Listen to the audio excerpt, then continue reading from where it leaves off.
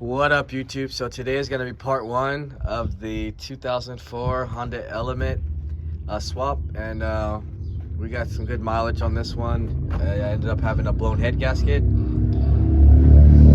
So we're going to be dropping a JDM engine from Redline JDM. If you guys ever want to get an engine, hit up James. He'll hook you up. They're out of Ontario.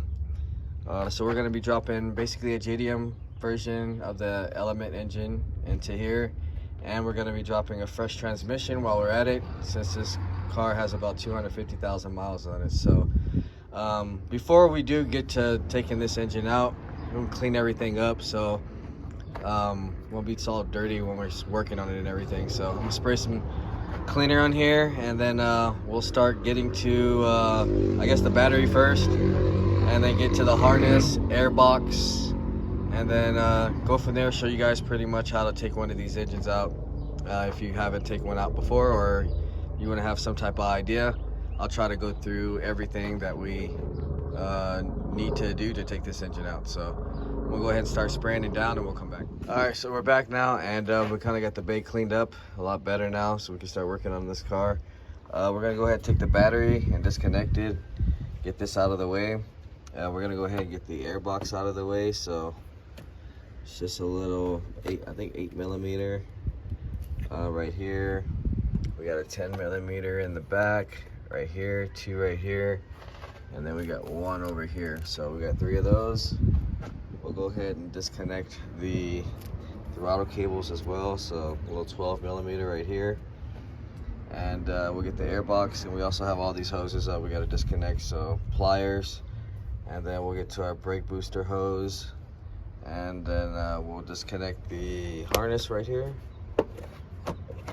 So 2 8mm right here.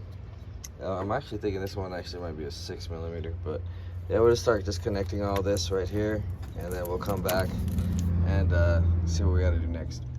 All right, so we got the air box disconnected. It was actually a 5.5. We got the harness disconnected from the fuse box with the 8mm, the 10mm on the air box as well, and we got our brake booster disconnected. Next we're gonna do is disconnect the fuel and the evap line, and then we'll go over here and disconnect the power steering with 2 12s over here.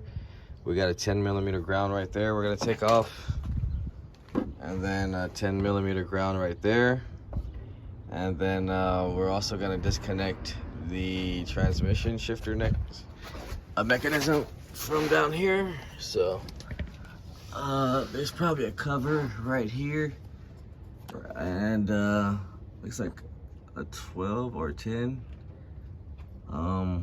I'll let you guys know exactly what it is when we take it off, but we're gonna get that off so we can disconnect the transmission.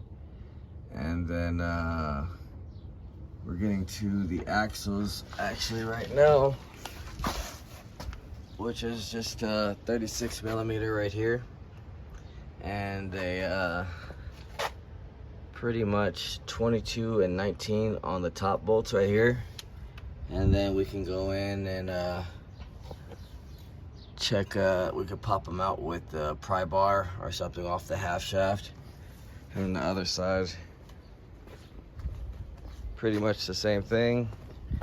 As you can see, on this side looks like the axle boot is actually ripped, so we might have to replace this one on this side.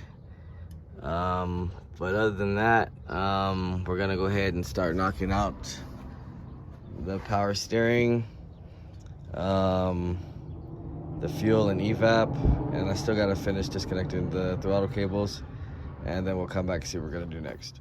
All right, so we got the fuel taken apart from right here, disconnected. We got our grounds from the transmission, and over here disconnected as well. Our 2 12s for the power steering bolts are done, and we got our throttle cable and speed control, or cruise control disconnected.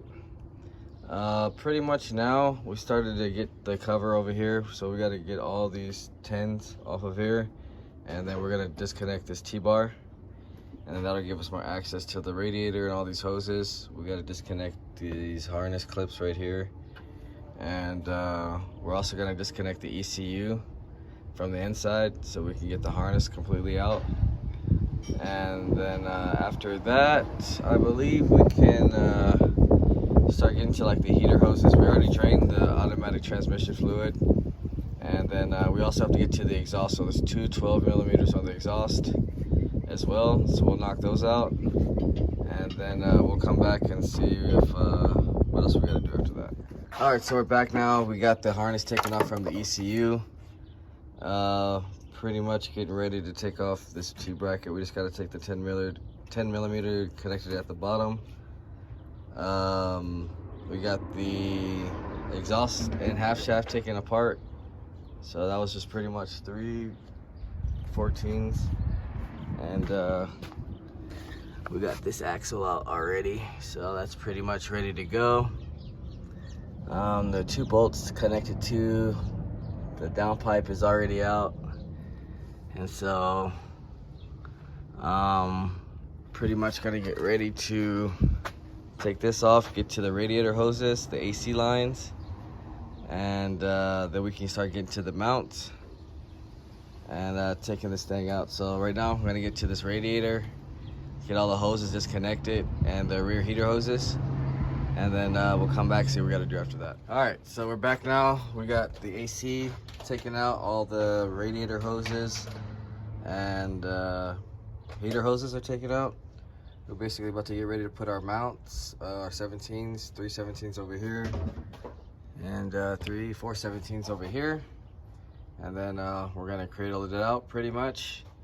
And then that'll be pretty much the end of this video. Next video, we'll be getting to taking everything off of the American motor if it is different, swapping it over to the Japanese engine, and then we'll be putting our new transmission onto our Japanese engine and dropping it back in. So about to go ahead and knock this out real quick. We'll pull it out and then end this video, and then we'll get on to the next video, which would be probably the buggy. So stay tuned for that.